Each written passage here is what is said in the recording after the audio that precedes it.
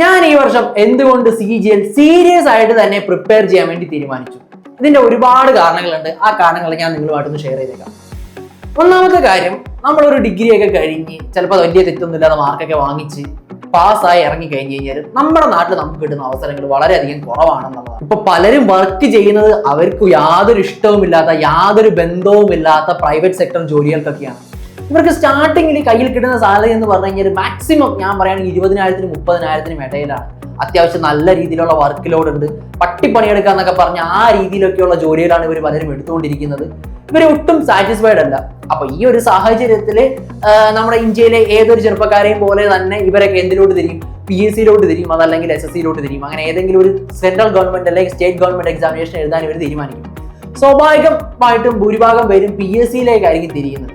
അപ്പൊ PSCയുടെ ഒരു പ്രശ്നം എന്ന് പറഞ്ഞു കഴിഞ്ഞു കഴിഞ്ഞാൽ PSCക്ക് പഠിക്കാൻ കുറച്ചുകൂടി എളുപ്പമാണെങ്കിലും അതിന്റെ റാങ്ക് ലിസ്റ്റിന്റെ കാലാവധി, റിസൾട്ട് വരാനുള്ള താമസം, അങ്ങനെ ഒരുപാട് കാര്യങ്ങൾ ഉള്ളതുകൊണ്ട് തന്നെ നമുക്ക് പെട്ടെന്ന് ഒരിക്കലും ഒരു ജോലി എന്നൊരു കാര്യം PSCയിൽ ഉറപ്പിക്കാനായിട്ട് പറ്റില്ല. പിന്നെ PSCയിലെ തന്നെ ഏറ്റവും ടോപ്പ് റാങ്കുകളിൽ വന്നാൽ പോലും നമുക്കൊരു ജോലി ഗ്യാരണ്ടീഡ് ആണ് എന്നൊരു ഉറപ്പും PSCക്ക് ഇല്ല.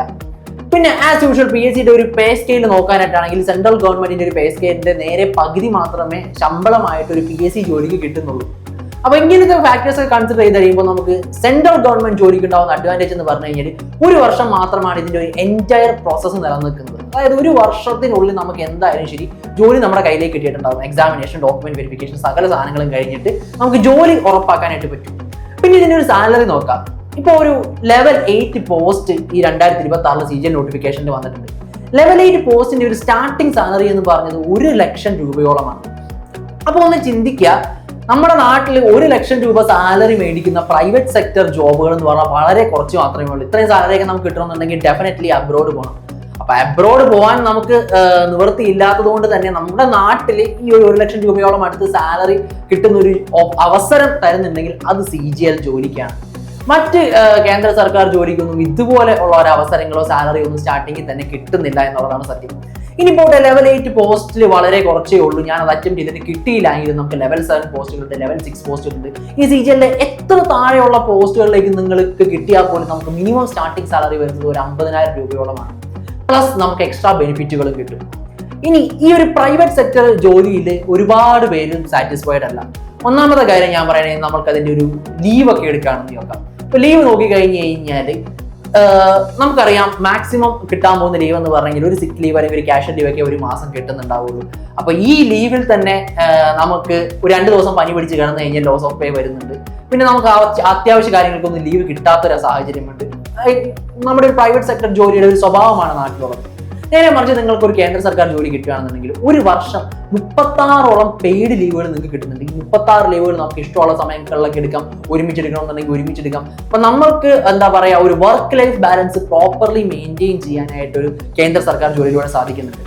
പിന്നെ ഹൗസിംഗ് റെന്റ് അലവൻസ് കിട്ടുന്നുണ്ട്, ട്രാവൽ അലവൻസ് കിട്ടുന്നുണ്ട്. ഇനി ഇതിനേക്കാളൊക്കെ ഹൈലൈറ്റിംഗ് ആയിട്ട് വരുന്ന ഒരു സംഭവം എന്ന് പറഞ്ഞു കഴിഞ്ഞാൽ 8th പേ കമ്മീഷനാണ്. നമുക്ക് 8th പേ കമ്മീഷൻ എന്തായാലും ശരി ഈ അടുത്ത് തന്നെ ഒരു അടുത്ത വർഷമൊക്കെ ആകുമ്പോഴേക്കും എന്തായാലും അതിന്റെ ഒരു സാലറിയൊക്കെ ഇംപ്ലിമെന്റ് ചെയ്ത് തുടങ്ങും. അപ്പൊ നമുക്ക് ഇപ്പോൾ ഈ ഒരു വർഷം പരീക്ഷ എഴുതി കഴിഞ്ഞാൽ അടുത്ത വർഷം നമ്മൾ കയറാനായിട്ട് പോകുന്നത് 8th പേ കമ്മീഷന്റെ ശമ്പള സ്കെയിലിലേക്കാണ്. അതായത് ഡെഫിനറ്റ്ലി ഒരു 20,000 മുതൽ 30,000 രൂപ വരെ ഓരോ ലെവലിലും സാലറി ഹൈക്ക് നമുക്ക് പ്രതീക്ഷിക്കാനായിട്ട് പറ്റും. അപ്പൊ ജസ്റ്റ് ഒന്ന് ചിന്തിക്കുക, നമ്മുടെ കരിയർ തുടങ്ങുമ്പോൾ തന്നെ നമുക്ക് ആ ഒരു സാലറി സ്കെയിൽ വർക്ക് ചെയ്യാൻ പറ്റുക എന്ന് പറഞ്ഞു കഴിഞ്ഞാൽ അതൊരു നിസ്സാര കാര്യമല്ല. നമ്മുടെ നാട്ടിൽ തന്നെ വർക്ക് ചെയ്യാൻ പറ്റുക എന്ന് പറയുന്നത് നിസ്സാര കാര്യമല്ല. അപ്പം ഇതിനേക്കാളൊക്കെ പുറമെ നമുക്ക് എന്താ ഫാമിലി ആയിട്ട് എൻജോയ് ചെയ്യാനുള്ള, ടൂറിന് പോകാനുള്ള ഒക്കെ ഒരു സ്പെഷ്യൽ അലവൻസസ്, ലീവ്സും ഹോളിഡേയ്സും അങ്ങനത്തെ കാര്യങ്ങളൊക്കെ ഈ സെൻട്രൽ ഗവൺമെന്റ് എംപ്ലോയീസിന് അവൈലബിൾ ആണ്. ഇനി ഫാമിലി ഇൻഷുറൻസ് അവൈലബിൾ ആണ്. ഇനി ഇപ്പൊ ജോലിയുടെ ഒരു സ്വഭാവം നോക്കിക്കഴിഞ്ഞാൽ ജോലിയിൽ ലഭിക്കാൻ പോകുന്ന പ്രമോഷൻ സാധ്യതകൾ നമുക്ക് എല്ലാവർക്കും അറിയാം. ഈ സിവിൽ സർവീസ് എക്സാമിനേഷനിലേക്ക് ഉണ്ടാവുന്ന റാങ്കുകൾ, IRS ഒക്കെ പോലുള്ള റാങ്കുകൾ. ഇപ്പൊ നമുക്ക് പോസ്റ്റിംഗ് കിട്ടാനായിട്ട് പോകുന്നത് ഒരു എക്സൈസ് ഇൻസ്പെക്ടറോ GST ഇൻസ്പെക്ടറോ പോസ്റ്റുകളിലേക്കൊക്കെ ആണെങ്കിൽ ഇതിന്റെ പ്രൊമോഷൻ പോസ്റ്റ് ആയിട്ട് വരുന്നത് ഈ സിവിൽ സർവീസ് റാങ്ക് ആയിട്ടുള്ള ഇന്ത്യൻ റവന്യൂ സർവീസ് IRS റാങ്കുകളിലേക്കൊക്കെയാണ്. അപ്പോൾ നല്ല രീതിയിലുള്ള പ്രൊമോഷൻ സാധ്യതകളും CGL ഓഫർ ചെയ്യുന്നുണ്ട്. പിന്നെ വൈവിധ്യമായിട്ടുള്ള ഒരു ജോബ് ഓപ്പർച്യൂണിറ്റീസ് ആണ് CGL ഉള്ളത്. ഇപ്പോൾ ഫീൽഡ് വർക്കൊക്കെ ഇഷ്ടപ്പെടുന്ന ആൾക്കാരാണെങ്കിൽ നിങ്ങൾക്ക് ആ രീതിയിലുള്ള പോസ്റ്റുകൾ ചൂസ് ചെയ്യാം. അതല്ല, നിങ്ങൾക്ക് അത്യാവശ്യം ഫോഴ്സ് ജോലികളിലൊക്കെ താല്പര്യമുള്ള വ്യക്തികളാണെന്നുണ്ടെങ്കിൽ NIA, CBI അങ്ങനത്തെ ഒരുപാട് ഓഫേഴ്സ് വരുന്നുണ്ട്. ഇനി നല്ല ഒരു വർക്ക് ലൈഫ് ബാലൻസ്, നല്ല ബെറ്റർ സാലറി സ്കെയിലും ഒക്കെ ഉള്ളതാണെങ്കിൽ നമുക്ക് എക്സൈസ് ഇൻസ്പെക്ടർ പോലുള്ള പോസ്റ്റുകളുണ്ട്. അപ്പോൾ ഒരുപാട് അവസരങ്ങൾ, ഡിഫറെന്റ് ടൈപ്സ് ഓഫ് അവസരങ്ങളാണ് CGLിലൂടെ നമുക്ക് കിട്ടാനായിട്ട് പോകുന്നത്. ഇനി അവസാനമായിട്ട് ഇപ്പോൾ നിങ്ങൾക്ക് എബ്രോഡ് പോകണമെന്ന് ഭയങ്കര ആഗ്രഹമുള്ളവരൊക്കെയാണ്, പക്ഷെ പോകാൻ പറ്റിയിട്ടില്ല എന്നാണെങ്കിൽ ഇപ്പോൾ നമുക്ക് മിനിസ്ട്രി ഓഫ് എക്സ്റ്റേണൽ അഫയേഴ്സിലാണ് CGL വഴി ജോലി കിട്ടുകയെന്ന് വിചാരിക്കാം. നമുക്ക് സർക്കാർ ചെലവിൽ തന്നെ വിദേശ രാജ്യങ്ങളിൽ താമസിച്ചുകൊണ്ട് വർക്ക് ചെയ്യാനും സാധിക്കും. അപ്പൊ ഞാൻ കണ്ടിട്ടുള്ളത് വെച്ച് നോക്കിക്കഴിഞ്ഞാൽ CGLില് ഒരുപാട് ഓപ്പർച്യൂണിറ്റീസ് നമുക്ക് അവൈലബിൾ ആണ്. നമുക്ക് സാലറി വൈസ് ആയിക്കോട്ടെ, നല്ലൊരു കരിയർ ബിൽഡ് ചെയ്യാനുള്ള ഒരു ഏറ്റവും നല്ലൊരു അവസരമാണ് CGL വന്നേക്കുന്നത്. ഏകദേശം 13,000-ഓളം വേക്കൻസീസ് നമുക്ക് എന്തായാലും പ്രതീക്ഷിക്കാനായിട്ട് പറ്റും. നമുക്ക് ഫൈനൽ വേക്കൻസീസ് വരുമ്പോൾ ഡെഫിനറ്റ്ലി കൂടാനുള്ള സാധ്യതയേ ഉള്ളൂ. അപ്പോൾ വേക്കൻസീസ് ഉണ്ട്, കോമ്പറ്റീഷൻ ടൈറ്റ് ആണ് ആസ് യൂഷ്വൽ, എനിക്കറിയാം. പിന്നെ ഈ കോമ്പറ്റീഷൻ ടൈറ്റ് ആകുമ്പോൾ നമുക്ക് ചെയ്യാൻ പറ്റുന്ന ഒരു കാര്യം നമ്മുടെ മാക്സിമം കൊടുക്കുക എന്നുള്ളതാണ്. നമ്മൾ മാക്സിമം ഈ ജോലിയിലേക്ക് എത്തിപ്പെടാൻ വേണ്ടിയുള്ള എഫേർട്ട് കൊടുക്കുക, കൺസിസ്റ്റന്റ് ആയിട്ട് വർക്ക് ചെയ്തുകൊണ്ടേയിരിക്കുക. നമുക്ക് ഡെഫിനറ്റ്ലി ഒരു എക്സാമിനേഷൻ ക്രാക്ക് ചെയ്യാൻ പറ്റും. ഇനി ബൈ ചാൻസ് നമുക്ക് എല്ലാവർക്കും അറിയാം, ഈ ഒരു കോമ്പറ്റേറ്റീവ് എക്സാമിനേഷൻ ജസ്റ്റ് മിസ്സായി പോയാൽ പോലും ഒരു CGL പ്രോപ്പറായിട്ട് പ്രിപ്പയർ ചെയ്തിട്ടുള്ള ഒരാളാണ് നമ്മളെങ്കിൽ നമുക്ക് IB വരുന്നുണ്ട്, NTPC എക്സാമിനേഷൻസ് വരുന്നുണ്ട്. ഇങ്ങനെ ഒരുപാട് എക്സാമിനേഷൻസ് നമുക്ക് അറ്റംപ്റ്റ് ചെയ്യാനായിട്ട് സാധിക്കും. നമുക്ക് ഫുഡ് കോർപ്പറേഷൻ്റെ എക്സാമിനേഷൻ നമുക്ക് ഈ ഒരു വർഷം പ്രതീക്ഷിക്കാം.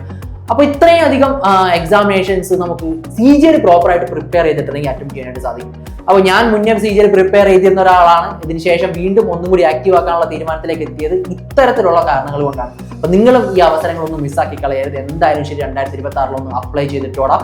നല്ല അടിപൊളിയായിട്ട് പഠിച്ചു തുടങ്ങിക്കോ. ഒട്ടും മിസ്സാക്കേണ്ട ആ ഒരു എക്സാം അല്ല CGL എന്ന് പറഞ്ഞു കഴിഞ്ഞാൽ. നിങ്ങൾക്ക് എന്തെങ്കിലും സംശയങ്ങളോ ഹെൽപ്പ് വേണമെന്നുണ്ടെങ്കിൽ താഴെ കാണുന്ന ഗൂഗിൾ ഫോം ഒന്ന് ഫില്ല് ചെയ്താൽ മതി. ഡെഫിനറ്റ്ലി നിങ്ങൾക്ക് ഫ്രീ ആയിട്ടുള്ള മെന്റർഷിപ്പും കാര്യങ്ങളൊക്കെ ലഭിക്കുന്നതാണ്. അപ്പോൾ ഞാൻ വീണ്ടും പറയുന്നു, അപ്ലൈ ചെയ്യാത്തവരാണെന്നുണ്ടെങ്കിൽ ജൂൺ 22 അപ്ലൈ ചെയ്യേണ്ട അവസാന തീയതി. നിങ്ങൾ സർട്ടിഫിക്കറ്റും കാര്യങ്ങളൊന്നും വെറുതെ മെനക്കെടണ്ട, നേരെ കയറി അങ്ങ് അപ്ലൈ ചെയ്യാം. അതൊക്കെ പിന്നീട് എടുത്താൽ മതി. ഒരു സർട്ടിഫിക്കറ്റ് അപ്ലോഡ് ചെയ്യേണ്ട. വിശദമായിട്ടുള്ള ഹൗ ടു അപ്ലൈ വീഡിയോസും അതുപോലെ തന്നെ ഡോക്യുമെന്റ്സുമായിട്ട് ബന്ധപ്പെട്ട വീഡിയോസ് ഒക്കെ ചാനലിൽ കിടക്കുന്നുണ്ട്. ഇനി എന്തെങ്കിലും കാര്യങ്ങൾ CGLുമായിട്ട് അറിയണോ, കൃത്യമായിട്ടുള്ള അപ്ഡേറ്റും കാര്യങ്ങളോ വേണോ, നമ്മുടെ ചാനൽ ഒന്ന് സബ്സ്ക്രൈബ് ചെയ്തും ഫോളോ ചെയ്തും വെച്ചിരുന്നാൽ മതി. മറ്റൊരു വീഡിയോയിൽ വീണ്ടും കാണാം. Thank you and bye bye.